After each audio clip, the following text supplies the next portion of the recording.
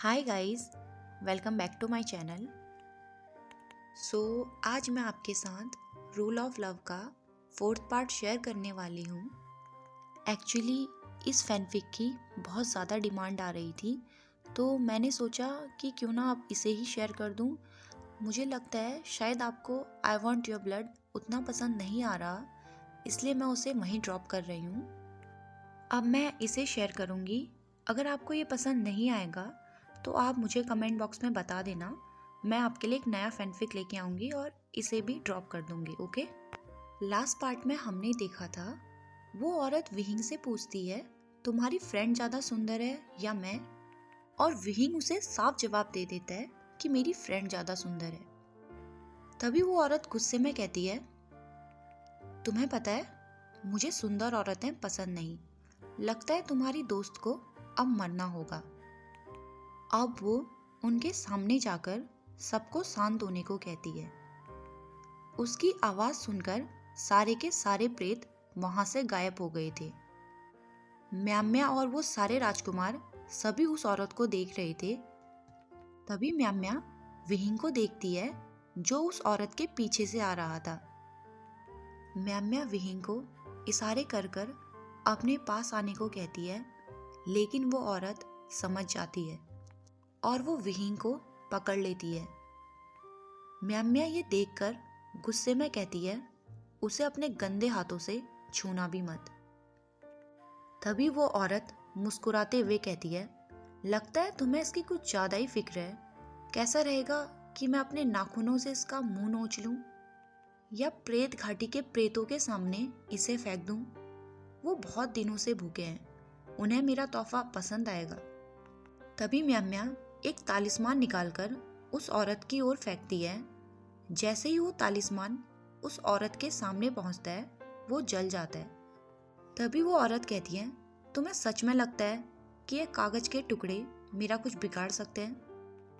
म्याम्या अब अपनी तलवार निकालती है और कहती है अब इसका क्या ख्याल है। तभी वो औरत मुस्कुराते हुए कहती है लगता है तुम्हें मरने की बहुत ज़्यादा जल्दी है, अब तुम्हारी यही इच्छा है तो मैं क्या कर सकती हूँ। उस औरत ने एक चुटकी बजाई और दो प्रेत म्याम्या से लड़ने को वहां आ गई। अब म्याम्या उनसे लड़ने लगती है और थोड़ी ही देर में उन्हें मार देती है। विहिंग ये देखकर बहुत खुश हो जाता है और वो म्याम्या का नाम जोर जोर से चिल्लाने लगता है। तभी वो औरत इरिटेट होकर कहती है मैंने तो सोचा था कि तुम्हारे साथ थोड़ा खेलकर शांति से तुम्हारी जान ले लूंगी। अब तुमने मुझे इतना गुस्सा दिला दिया है कि मैं तुम्हें तड़पा तड़पा कर मारने वाली हूँ। अब वो विहिंग के गले में धीरे धीरे अपने नाखून चुबाने लगती है, जिससे उसके गले से खून आने लगा था। जैसे ही म्याम्या अपनी तलवार से उस पर हमला करने के लिए आगे बढ़ती है तो वो म्याम्या को एक बड़े से पिंजरे में कैद कर लेती है। जैसे ही म्याम्या उस पिंजरे को हटाने के लिए छूती है तो उसे बहुत जोर का झटका लगता है और वो नीचे गिर जाती है। वो औरत हंसते हुए कहती है तुम बहुत जिद्दी हो, चलो एक गेम खेलते हैं। तभी वो पास ही के एक कुएं में इशारा करते हुए कहती है मैं इसमें इस लड़के को फेंक देती हूँ। इस कुएं में एक तलवार है, अगर तुम वो तलवार ला जाते हो तो मैं तुम सबको यहाँ से जिंदा जाने दूंगी, और नहीं ला पाए तो मैं एक एक करके तुम सबकी जान ले लूंगी। इतना कहकर वो विहिंग को कुएं के अंदर फेंक देती है। म्याम्या विहिंग को बचाने के लिए फिर से पिंजरे को हटाने की कोशिश करती है, लेकिन उसे बहुत दर्द हो रहा था। फिर भी उसने अपना हाथ नहीं हटाया। बहुत कोशिश करने के बाद भी वो पिंजरे को नहीं तोड़ पाई। उसके शरीर में अब ताकत नहीं बची थी और वो बेहोश हो गई। वो कुआं बहुत गहरा था। जैसे ही विहिंग उस कुएं के अंदर गिरता है तो उसके पैर में जोर की चोट आ जाती है। वो दर्द में बहुत चिल्लाता है। उस कुएं से बहुत आवाज़ें आ रही थी। शायद ये उन लोगों की थी जो इस कुएं के अंदर मारे गए थे। कुछ देर बाद वो आगे बढ़ने की सोचता है। कुएं के सामने से एक अंधेरा रास्ता था। और अब वो उस रास्ते में जाने लगता है। वो लड़खड़ा रहा था। थोड़ी ही दूर चलने के बाद सामने से रोशनी आ रही थी। वो जब वहां पहुंचा, सामने एक बड़ा सा कमरा था। लेकिन जैसे ही उसने आगे बढ़ने के लिए अपना पहला कदम रखा तो सामने से एक तीर आया जो विहिंग के बाजुओं को छूकर निकल गया।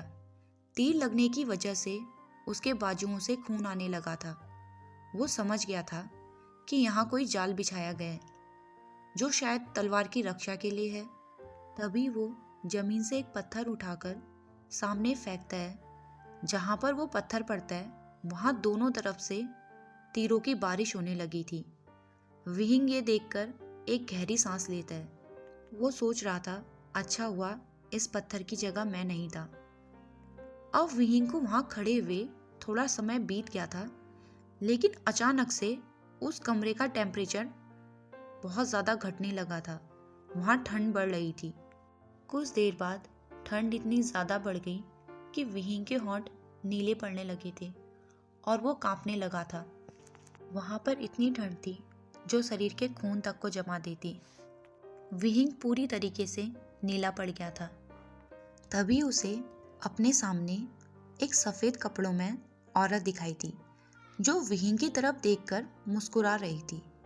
विहिंग अपनी कपकपाती हुई आवाज़ में कहता है, तुम कौन हो? तभी वो औरत कहती है, तुम यहाँ क्या कर रहे हो बच्चे? तुम तो कोई योद्धा भी नहीं लगते और ना ही तुम्हारे हाथ में कोई तलवार है। विहिंग कहता है, पहले इस ठंड को तो कम करो, नहीं तो मैं यहीं जम जाऊंगा। तभी वो औरत अपना हाथ उठाती है और रूम का टेम्परेचर फिर से नॉर्मल हो जाता है।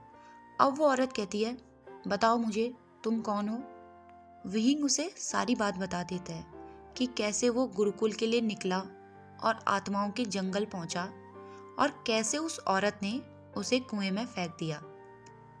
तभी सफ़ेद कपड़ों में जो औरत थी वो कहती है, तो तुम्हें यहाँ मिस डायो ने फेंका है? विहिंग कहता है, तो उनका नाम डायो है? वो औरत कहती है, हाँ, और वो प्रेतों की रानी है।